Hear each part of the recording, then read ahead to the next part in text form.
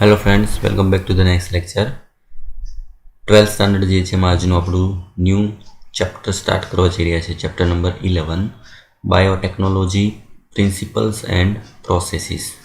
મતલબ કે બાયોટેકનોલોજી જે છે એના સિદ્ધાંતો અને એની પ્રક્રિયાઓ.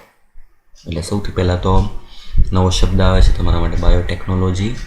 બાયોટેકનોલોજી શબ્દ જે છે એનો અર્થ શું થશે, એ અંતર્ગત આપણે કયા કયા વિભાગો ભણવાના છે, એ કયા કયા સિદ્ધાંતો પર કાર્ય કરે છે અને એમાં કઈ કઈ પ્રક્રિયાઓનો સમાવેશ થાય છે.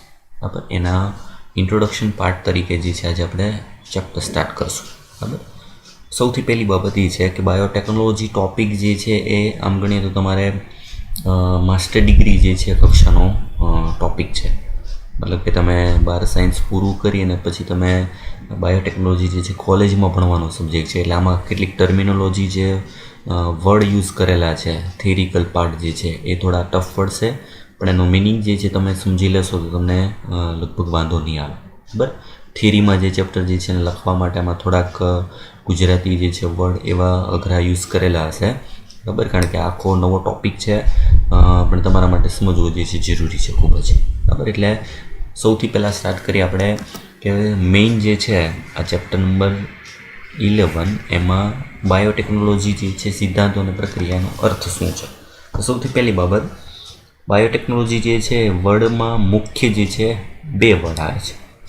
બાયો મતલબ જૈવિક, અને બીજો શબ્દ આવે છે ટેકનોલોજી, મતલબ કે ટેકનિક, ગુજરાતીમાં તકનિક. હવે જો આના પરથી બે શબ્દ ખબર પડી જાય. ટેકનિક શબ્દ જે છે, આમ જે ટેકનોલોજી શબ્દ આવે તો ટેકનોલોજી શબ્દ આપણે લઈએ છીએ એન્જિનિયરિંગ માટે. એન્જિનિયરિંગ, સૌથી પહેલો પ્રશ્ન એ થાય કે આપણે બાયોલોજી રિલેટેડ એન્જિનિયરિંગ જે છે એની બ્રાન્ચને કંઈ લેવા દેવા નથી. બાયોલોજી જે છે મેડિકલ લાઇન છે આખી, એટલે ટેકનોલોજી વર્ડ જે છે એન્જિનિયરિંગ લાઇન છે. એન્જિનિયરિંગ લાઇન જે છે એમાં આપણે ફિઝિક્સ, કેમિસ્ટ્રી જે છે બધાનો ઉપયોગ થતો હોય. તો એન્જિનિયરિંગનો મતલબ જે છે એ સાદી ભાષામાં થાય કોઈ પણ વસ્તુ કાપવું, તોડવું, જોડવું, આ બધું જે છે એન્જિનિયરિંગ ફિલ્ડ સાથે સંકળાયેલો વર્ડ છે. આમાં બંનેનું મિશ્રણ કરેલો વર્ડ બાયોટેકનોલોજી. એનો મતલબ શું છે? તો આમાં બાયોનો શબ્દ છે જૈવિક, મતલબ કે કોષની અંદર આવેલા કેટલાક જૈવિક ઘટકો. જૈવિક ઘટકો જે છે એમાં મેઇન ખાસ આપણું ઇમ્પોર્ટન્ટ છે ડીએનએ, આરએનએ. ડીએનએ, આરએનએ જે છે એમાં કોષની અંદર આવેલું ડીએનએ, આ ડીએનએને કાપવું, તોડવું, જોડવું. ડીએનએ જે છે એને કાપવાની પ્રક્રિયા, એને તોડવાની પ્રક્રિયા, એને જોડવાની પ્રક્રિયા, આ બધી પ્રક્રિયા કરી અને મનુષ્ય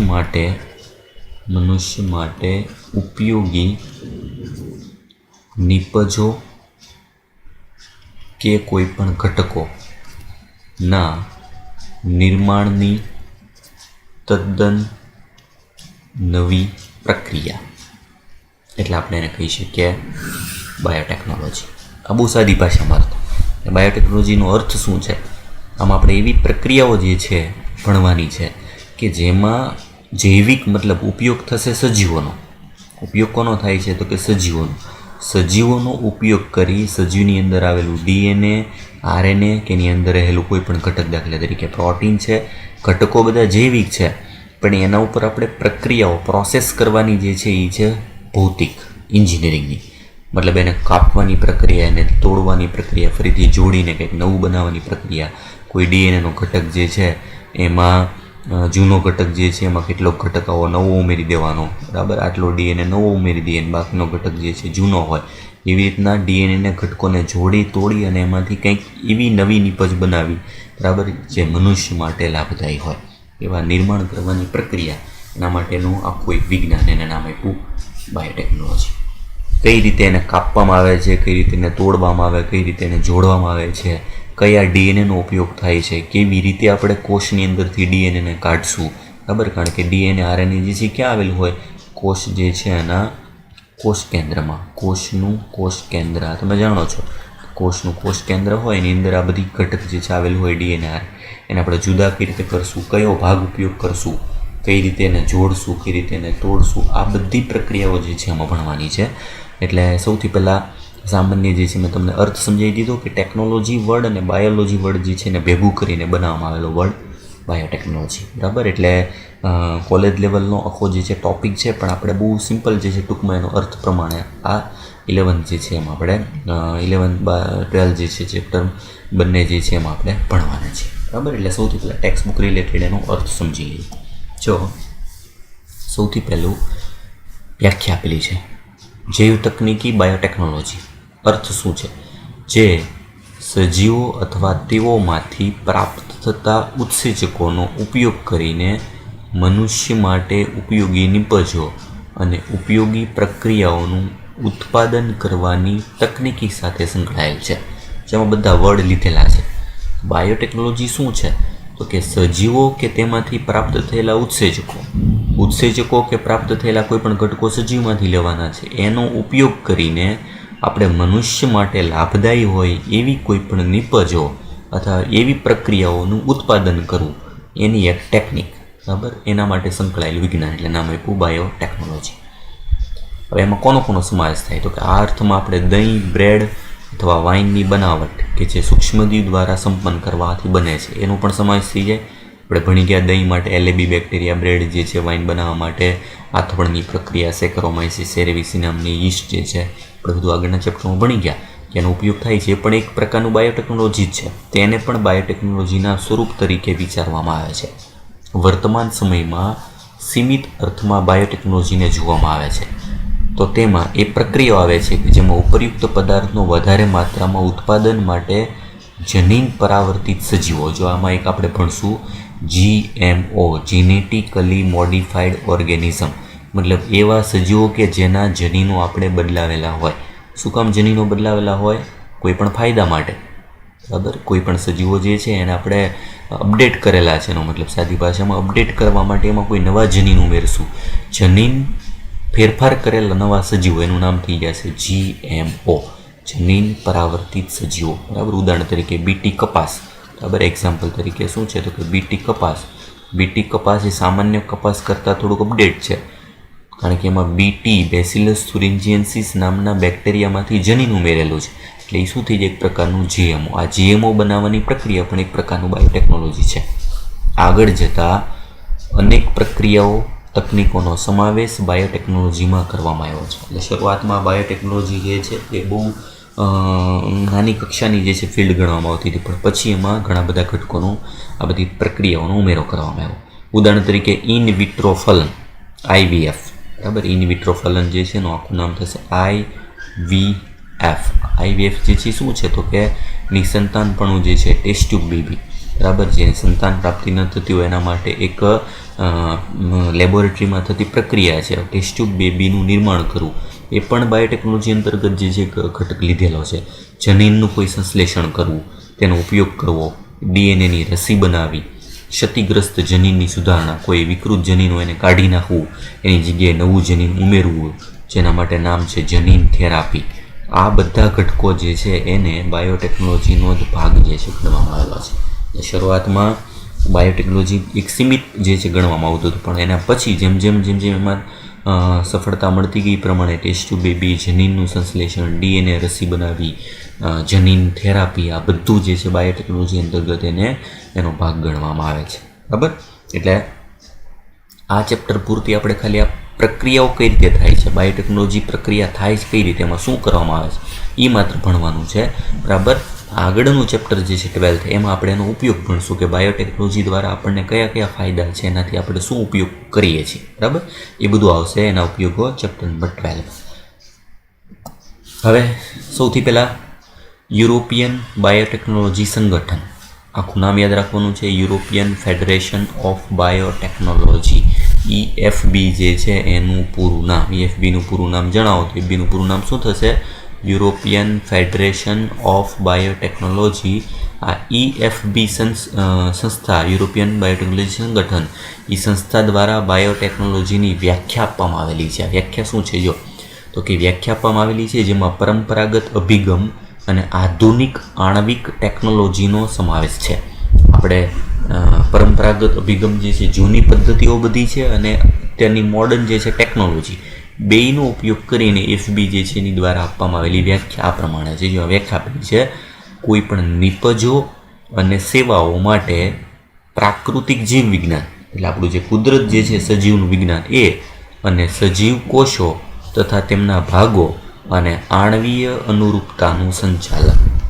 આપણે સજીવો જે કુદરતી છે એના કોષો એના ભાગનો ઉપયોગ કરી એની આણ્વીય અનુરૂપતા એટલે કે કોષની અંદર રહેલા અણુ જેમ કે ડીએનએ, આરએનએ, પ્રોટીન આ બધા અણુઓનો ઉપયોગ કરીને એમાંથી મળતી નિપજો કે મનુષ્ય માટેની સેવાઓ આપતું એક વિજ્ઞાન. એનું નામ શું આપ્યું? બાયોટેકનોલોજી. સૌથી પહેલું અહીંયા બાયોટેકનોલોજી જે છે વ્યાખ્યા આપવા માટેની સંસ્થા કઈ છે? EFB, European federation of biotechnology. અને આ પ્રમાણેની બાયોટેકનોલોજી જે છે એની વ્યાખ્યા આપેલી છે. વ્યાખ્યા યાદ રાખવાની છે. વર્ડ તમે જોશો થોડાક અઘરા છે, બરાબર, પણ નો અર્થ જે છે આ પ્રમાણે થશે કે આપણે એવું વિજ્ઞાન જે છે સજીવોનો ઉપયોગ કરી એમાં ટેકનોલોજીની મદદથી એવા ફેરફાર કરશું કે જે ફેરફાર લીધે એની અણુમાં ફેરફાર થાય. અણુ મતલબ ડીએનએ, આરએનએ, અને એના પરથી આપણે એવી નિપજો આપશું કે એવી સેવાઓ જે છે બનાવશું કે જેનાથી મનુષ્ય માટે લાભદાયી કોઈ પણ ઘટકનું નિર્માણ થાય. આખું વિજ્ઞાન એને નામ આપ્યું બાયોટેકનોલોજી, જેને યુરોપિયન ફેડરેશન દ્વારા વ્યાખ્યા આપવામાં આવેલી હતી. બરાબર. હવે મેઇન મુખ્ય પ્રશ્ન થાય બાયોટેકનોલોજી થાય કઈ રીતે, શું કરે છે? એટલે મેઇન આવશે બાયોટેકનોલોજીના સિદ્ધાંતો, પ્રિન્સિપલ્સ ઓફ બાયોટેકનોલોજી. પ્રોસેસ આખી ભણવાની છે. પ્રોસેસ આના પછી ભણશું, એ પહેલાં એનો સિદ્ધાંત શું છે, બાયોટેકનોલોજી કયા સિદ્ધાંત ઉપર કાર્ય કરે છે. બરાબર. તો ઘણી તકનીકીઓ પૈકી મુખ્ય બે ટેકનિકો આધુનિક બાયોટેકનોલોજીને જન્મ આપ્યો. બે એવી ટેકનિકો જે છે જેના દ્વારા બાયોટેકનોલોજી જે છે વિજ્ઞાનનો જન્મ થયો. બે ટેકનિકો શું છે, એનો અર્થ શું છે? જો તો સૌથી પહેલું છે જનીન ઇજનેરી વિદ્યા, જીનેટિક એન્જિનિયરિંગ. કીધું હતું ને આગળ, જો અમે એન્જિનિયરિંગ શબ્દ જે છે ટેકનોલોજી શબ્દ સાથે સંકળાયેલો વર્ડ છે, પણ એ શબ્દ શું આવ્યો? જીનેટિક એન્જિનિયરિંગ, મતલબ જનીનોનું એન્જિનિયરિંગ અને એની સાથે સંકળાયેલું એક વિજ્ઞાન. બરાબર. ડીએનએની સાથે જે આપણું ભવિષ્ય છે, આખું ભવિષ્ય જે છે આ વિજ્ઞાન ઉપર આધારિત છે. જીનેટિક એન્જિનિયરિંગ આ ટેકનોલોજી દ્વારા આનુવંશિક દ્રવ્યો જેમ કે ડીએનએ અને આરએનએ ના રસાયણમાં પરિવર્તન પ્રેરી આ કેમિકલ છે જે આપણા કોષના કોષ કેન્દ્રમાં આવેલું છે. આપણું જે છે મેઇન મુખ્ય જે છે મટીરિયલ છે જીનેટિક, એમાં આપણું બધું જે છે કોડ આવેલો છે, એમાં ફેરફાર કરીને તેને યજમાન સજીવમાં પ્રવેશ કરાવો. ફેરફાર કરી યજમાન મતલબ આપણે એક સજીવમાં ડીએનએ જે છે ને ફેરફાર કરીને બીજા સજીવમાં દાખલ કરવા. જેમાં દાખલ કરશું એ સજીવને કહેવાય યજમાન સજીવ.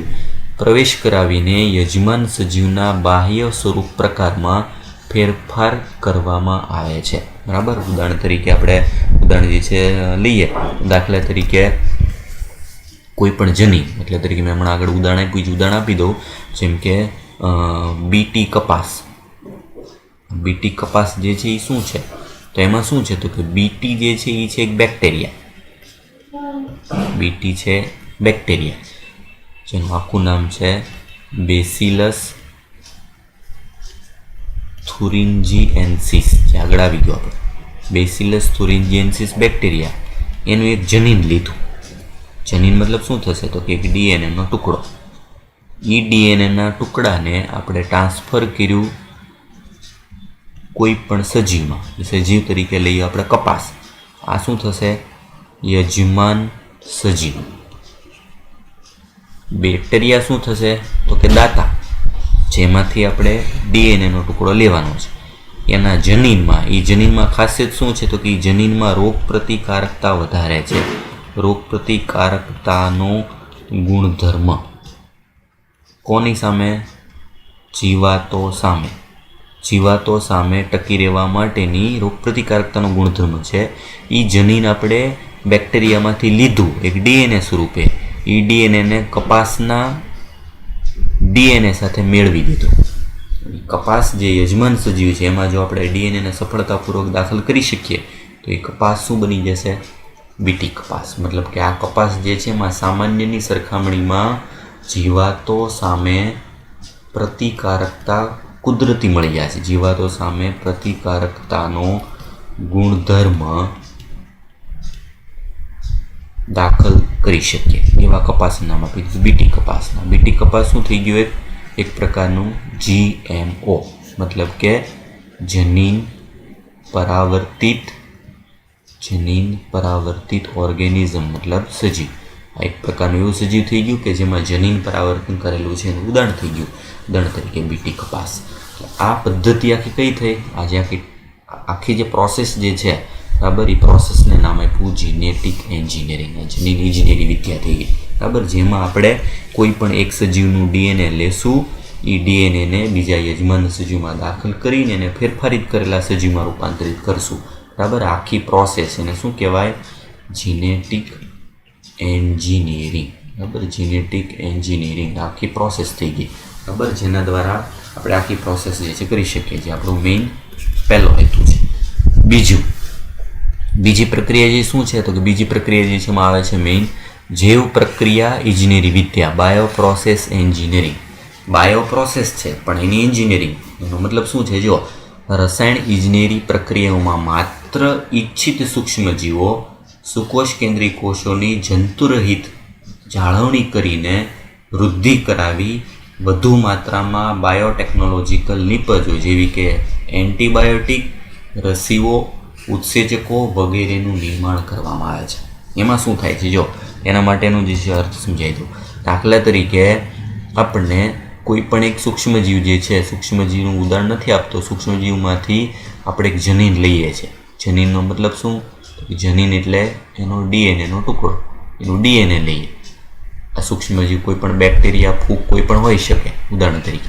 એ જનીન જે છે એ બેક્ટેરિયા જનીન નિર્માણ કરે છે એક ઉપયોગી પ્રોટીન. એ શું કરે છે તો કે ઉપયોગી પ્રોટીનનું સંશ્લેષણ કરવા માટે જવાબદાર છે. ઉપયોગી પ્રોટીનનું સંશ્લેષણ કરે છે. આ જનીનને આપણે બીજા કોઈ પણ જે છે સૂક્ષ્મજીવમાં દાખલ કરી દઈએ, જેમ કે દાખલ કરી દઈએ કોઈ પણ બેક્ટેરિયા. દાખલા તરીકે આ બેક્ટેરિયા છે ઈ કોલાય બેક્ટેરિયા. આ જનીનને દાખલ કરી દીધું શેમાં તો કે એમાં ઉમેરવામાં આવે એના પ્લાઝમિડમાં. આપણે ભણશું આખી ટેકનિક. પ્લાઝમિડમાં આ સૂક્ષ્મજીવ જે છે એમાંથી લીધેલું કોઈ પણ જનીન અથવા તો ડીએનએનો ટુકડો, આ શું છે? ડીએનએનો ટુકડો, એને કોઈ પણ બીજા યજમાનમાં દાખલ કરી અને યજમાનમાં જેમ જેમ બેક્ટેરિયાની વૃદ્ધિ થશે, કારણ કે બેક્ટેરિયા જે છે કોલોનીમાં વૃદ્ધિ પામે, બેક્ટેરિયા જેટલા વૃદ્ધિ પામશે એમાંથી આપણે વધુ માત્રામાં પ્રોટીનનું સંશ્લેષણ કરી શકીએ. પ્રોટીનનું સંશ્લેષણ, તો પ્રોટીન જે આપણા માટે એ ઉત્સેચકો પણ હોઈ શકે, એવી રસી પણ હોઈ શકે, કોઈ પણ એન્ટીબાયોટિક પણ હોઈ શકે. આવી રસી, એન્ટીબાયોટિક કે ઉત્સેચકો બનાવવા માટે આપણે એક ડીએનએનો ટુકડો લેશું, એને કોઈ પણ સૂક્ષ્મજીવમાં નાખશું. આ એક્ઝામ્પલ આપ્યું છે. એ સૂક્ષ્મજીવની જેટલી વૃદ્ધિ થશે એટલે આપણે વધુ જનીનો મેળવી શકીએ, વધુ જનીનમાંથી વધુ પ્રોટીન મેળવી શકીએ. એ પ્રોટીનનો આપણે રસીઓમાં, ઉત્સેચકો બનાવવામાં કે એન્ટીબાયોટિક બનાવવામાં ઉપયોગ કરશું. એ પ્રોસેસને શું નામ આપ્યું? જૈવ પ્રોસેસ ઇજનેરી વિદ્યા. પણ આ બધી પ્રક્રિયા કરતી વખતે એક બાબત મેં ધ્યાનમાં રાખવાની, એ શું છે? જંતુરહિત સ્થિતિ બરાબર. એમાં ઇન્ફેક્શન ના લાગી જાય એની ખાસ કાળજી લેવામાં આવે, કારણ કે આ પ્રોટીનનો ઉપયોગ આપણે મનુષ્યમાં કરવાનો છે. જેમાં ઇન્ફેક્શન કોઈ પણ લાગી જાય બરાબર, તો ઇન્ફેક્શનથી જે નિપજ મળવાની છે, મુખ્ય નિપજ જે છે એ બગડેલી હશે, એનાથી મનુષ્યને નુકસાન થઈ શકે. એટલે આખી પરિસ્થિતિ જે છે એ કેવી રાખવાની? આખી પ્રોસેસ જે છે બરાબર એ કેવી રાખવાની છે? જંતુરહિત પરિસ્થિતિ જે છે સુકોષ કેન્દ્રની સૂક્ષ્મજીવના સંક્રમણ, ઇન્ફેક્શન રહિત જાળવણી કરી અને એની વૃદ્ધિ કરાવીને વધુ માત્રામાં જે છે નિપજો મેળવવાની પ્રોસેસ, એને શું કહેવાય? Bioprocess engineering. આમાં બાયોપ્રોસેસ એન્જિનિયરિંગ અને જેનેટિક એન્જિનિયરિંગ આ બંનેના ઉપયોગ દ્વારા નિર્માણ થયું એક નવી ટેકનિક. બંને પ્રોસેસનો ઉપયોગ કરીને નિર્માણ કરવામાં આવી એક નવી પ્રોસેસ, એનું નામ આપવામાં એવું બાયોટેકનોલોજી બરાબર. કારણ કે બંને જે છે એમાં બાયોટેકનોલોજીનો જ આપણે ઉપયોગ કરીએ છીએ બરાબર. આ નીચેનો ભાગ આખો જે છે શું સમજાયું? એ છે જીનેટિક એન્જિનિયરિંગ અને આ થઈ ગયું બાયોપ્રોસેસ એન્જિનિયરિંગ. આ બંનેનો ઉપયોગ કરી અને આપણે બાયોટેકનોલોજી જે છે શાખાને એક જન્મ આપ્યો બરાબર. આ જે છે સમજવા માટેનું બંનેમાં એક્ઝામ્પલ આપ્યું છે બરાબર. હવે બાયોટેકનોલોજીનો ઉપયોગ કરવાની જરૂર શું કામ પડી? સૌથી પહેલી બાબત કે શું કામ બાયોટેકનોલોજી જે છે એનો ઉપયોગ કરવાની જરૂર પડી? એવું તો શું છે આમાં ફાયદો જેને લીધે બાયોટેકનોલોજી આપણે ઉપયોગ કરશું? કારણ કે આ તો એક પ્રકારનું સંકરણ જ થઈ ગયું કે નવા જે છે સંકરજાત ઉત્પન્ન કરવાની પ્રક્રિયા. સંકરણ તો આપણે કરતા જ આવીએ છીએ, બાયોટેકનોલોજી નહોતી ત્યારથી. આમાં ફાયદો શું છે એના માટે આપણે સમજી લેજો. તો નેક્સ્ટ જે છે એના પછી કે બાયોટેકનોલોજી જે છે એનો ફાયદો શું છે. જનીન ઇજનેરી વિદ્યાના સિદ્ધાંતોની સંકલ્પના જે છે સમજીએ. જો તો તમે અલિંગી પ્રજનનની સાપેક્ષમાં લિંગી પ્રજનનના ફાયદા વિશે જાણતા હશો. આપણે બંને પ્રોસેસ કરીએ છીએ, જેમ કે લિંગી પ્રજનનની અજોડ આનુવંશિક વ્યવસ્થાના સંયોજનોની રચના અને ભિન્નતા માટેની તકો પૂરી પાડે છે.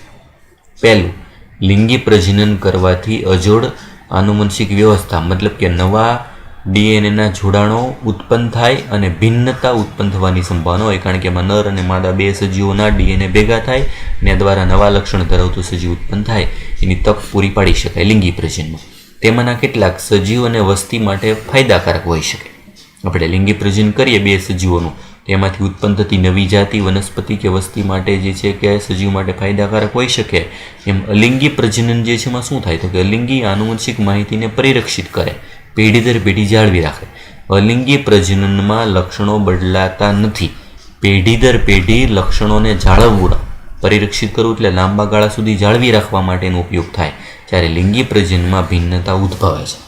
એટલે બેયના ફાયદા છે, બંને અલગ છે. બંને જે છે એકબીજાથી અલગ કઈ રીતે પડે છે તો કે આ રીતે, તો કે જેમ લિંગી પ્રજનન જે છે, લિંગી પ્રજનન જે છે એનો ફાયદો એક કે નવા લક્ષણો ઉત્પન્ન થઈ શકે, નવા લક્ષણોનું આગમન, નવા લક્ષણો ઉત્પન્ન થઈ શકે ને એના લીધે શું થશે તો કે લક્ષણોમાં ભિન્નતા સર્જાઈ શકે. એના બે ફાયદા.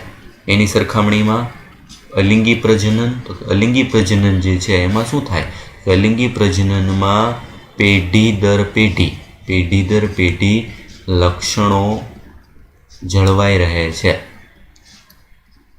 મતલબ કે ડીએનએમાં લક્ષણોમાં કોઈ પર ફેરફાર આવતો નથી. આ અલિંગી પ્રજનનનો ફાયદો. લિંગી પ્રજનનનો ફાયદો, લિંગી પ્રજનનમાં નવા લક્ષણોનું આગમન આવી શકે, નવા લક્ષણો ઉત્પન્ન થઈ શકે, એનાથી ભિન્નતા આવી શકે. અલિંગી પ્રજનનમાં પેઢી દર પેઢી લક્ષણો જે છે એ જળવાય રહે, મતલબ બદલાતા નથી.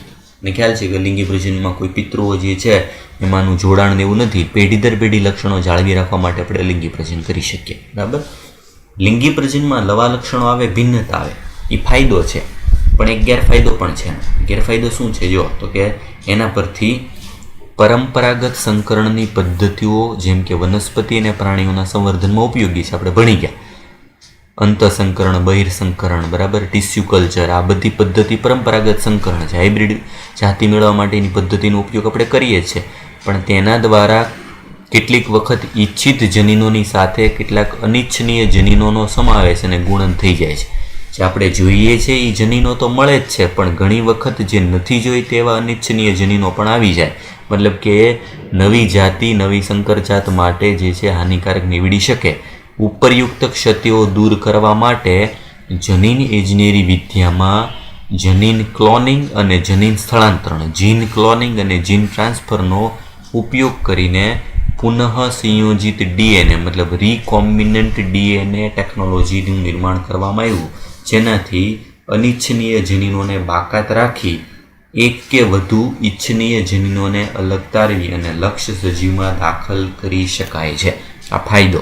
શું ફાયદો છે જો શું સમજાયું તો કે જે લિંગી પ્રજનન જે છે, બરાબર, દાખલા તરીકે સામાન્ય જે સાદું આપણે સંકરણ કરીએ છીએ, સામાન્ય સંકરણ, તો સામાન્ય સંકરણમાં જે આપણે ઈચ્છિત જનીનો જે છે, ઈચ્છિત લક્ષણો અથવા તો ઈચ્છિત જનીનો ની સાથે અનિચ્છનીય મતલબ કે જે આપણે ધારેલા નહોતા એવા અનિચ્છનીય લક્ષણો અથવા તો જનીનો પણ આવી શકે છે.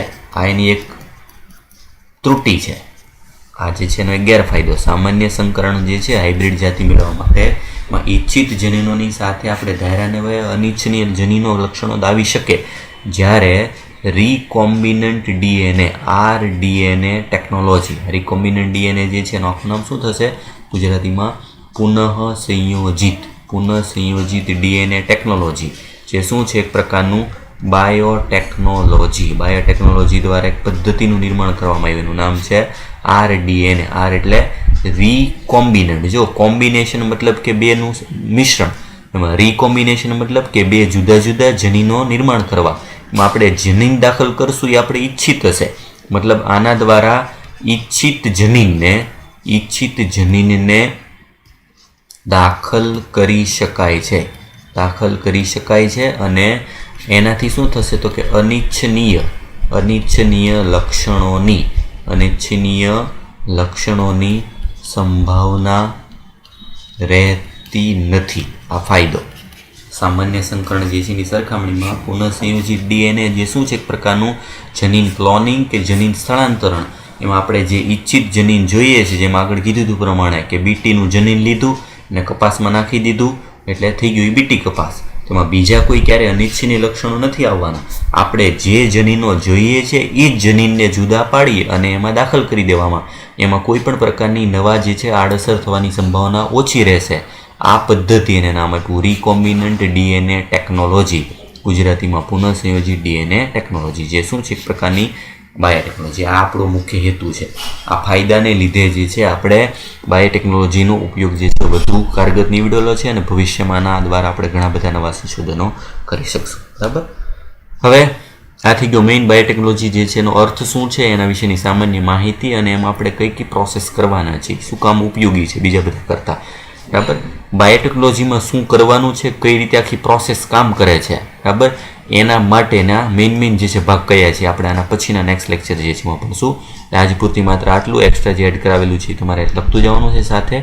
બરાબર. આમાં આવેલું છે મેઇન મુખ્ય ભાગ એક EFB, એ બીનું પૂરું નામ, બરાબર, અને જૈવ તકનીક જે છે એનો સામાન્ય અર્થ, બરાબર, એમાં અંતર્ગત કયા કયા ભાગનો ઉપયોગ થાય છે, બરાબર, એ એડ કરવાનું છે. કઈ રીતે આખી પ્રોસેસ કામ કરે છે એના આપણે આના પછીના નેક્સ્ટ લેક્ચર છે એમાં ભણશું. બરાબર. આ ઇન્ટ્રોડક્ટિવ પાર્ટ તરીકે માત્ર આટલું. આના પછીના ભાગમાં જે છે આપણે કઈ રીતે આખી બાયોટેકનોલોજી જે છે કાર્ય કરે છે એની પ્રોસેસ સમજશું.